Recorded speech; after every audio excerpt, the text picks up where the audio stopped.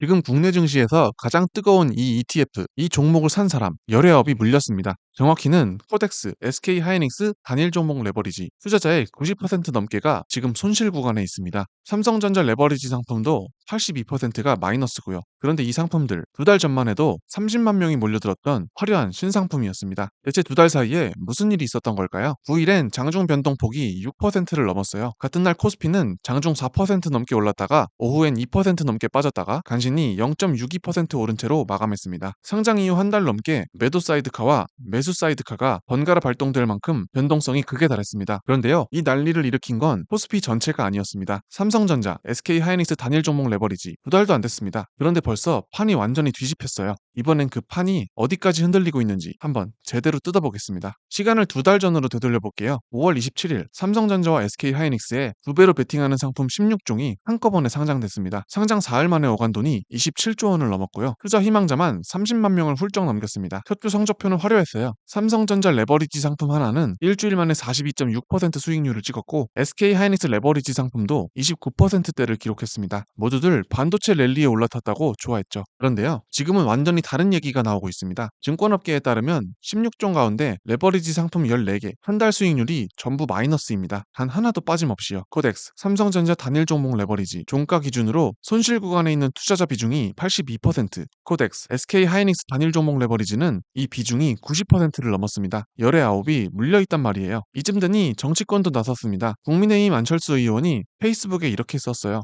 코스피가 카지노로 전락했다. 212조 원이 몰려서 변동성만 증폭시키는 정책적으로 완전히 실패한 상품이라고 못 박았습니다. 상장 폐지까지 거론하고 나선 거예요. 미국 월스트리트 저널도 가만히 있지 않았습니다. 세계에서 가장 뜨거운 시장이 오징어 게임이 될 위험에 처했다고 꼬집었어요. 투자 상품을 두고 이런 표현까지 나온다는 게 정상은 아니잖아요. 여기서 궁금해지지 않으세요? 대체 이 상품이 뭐길래 멀쩡한 시장 하나를 통째로 흔들 수 있는 걸까요? 지금부터 그 구조를 한번 뜯어보겠습니다. 먼저 숫자로 확인해 볼게요. NH투자증권 분석에 따르면 올 들어 코스피가 하루에 3% 이상 급등락한 날이 42일입니다. 작년 한 해 통틀어 9일이었던 것과 비교하면 거의 5배가 뛴 거예요. 그런데 단일 종목 레버리지 상품이 나온 뒤 30거래일 가운데 16일, 그러니까 56%가 3% 이상 급등락한 날이었습니다. 그 종목이 곧 코스피가 돼버린 겁니다. 거래 대금을 보면 더 확실해요. 지난 8일 삼성전자와 SK하이닉스 거래 대금이 국내 증시 전체에서 차지한 비중이 51%, 레버리지, 인버스 상품 16종까지 합치면 83.1%까지 올라갑니다. 상품 상장 하루 전이었던 5월 26일엔 이 비중이 30%였거든요. 전문가들은 이걸 웩더독, 꼬리가 몸통을 흔드는 현상이라고 부릅니다. 지금 이 꼬리가 몸통 전체를 뒤흔들 만큼 커져버린 거예요. SK하이닉스 레버리지 ETF, 시가총액만 합쳐도 약 9조 원, 엔비디아 레버리지 상품으로 유명한 미국 엔비디아 시가총액이 약 6조 원인데 이걸 훌쩍 뛰어넘습니다. 엔비디아 시가총액이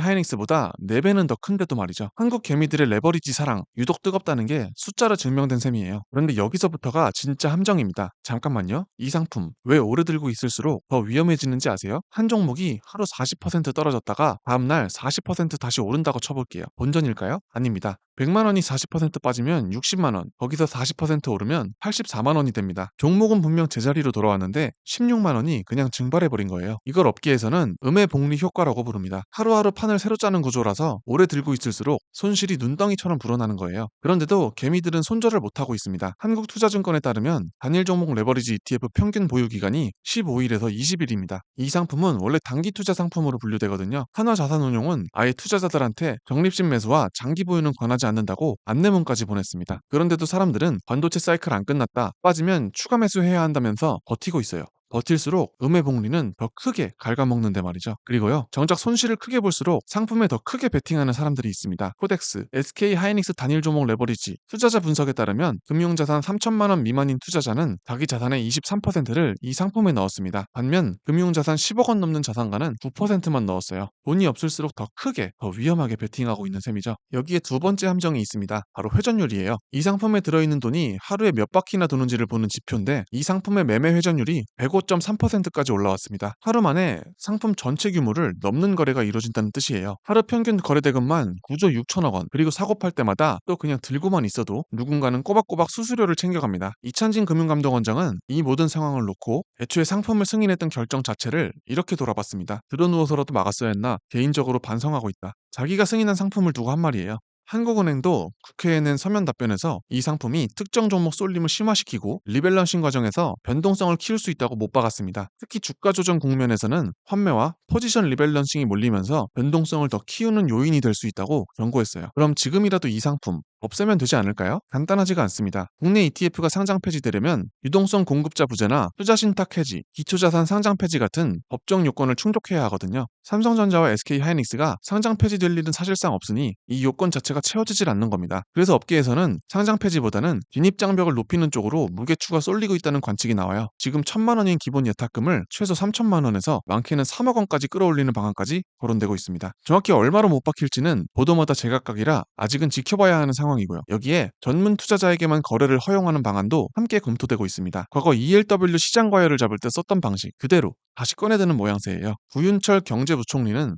국회에서 관계기관이 예의주시하면서 모니터링하고 있다고 밝혔습니다. 그런데 이 발언 어디서 많이 들어보지 않으셨어요? 2달 전 상품을 열어줄 때도 정부는 비슷한 톤으로 말했었거든요. 그때는 문제 없다고 열어줬고 지금은 문제가 생기니까 지켜본다고 말합니다. 이 판을 벌인 사람들과 지금 그 판을 걱정하는 사람들 결국 같은 사람들이란 말이에요. 정리해볼까요? 2달 전엔 30만 명이 몰려들었던 화려한 신상품이었습니다. 지금은 상품 전부가 마이너스고 투자자 19이 손실 구간에 있습니다. 돈이 없을수록 더 크게 베팅했고 돈을 잃을수록 더 오래 버텼습니다. 그 사이 꼬리는 몸통보다 커졌고 코스피는 두 종목의 이름값에 온전히 갇혀버렸습니다. 30만 명이 몰려들었던 2달 전과 19이 물려있는 지금 여러분은 이 두 장면 중 어느 쪽이 진짜 이 상품의 얼굴이라고 보시나요?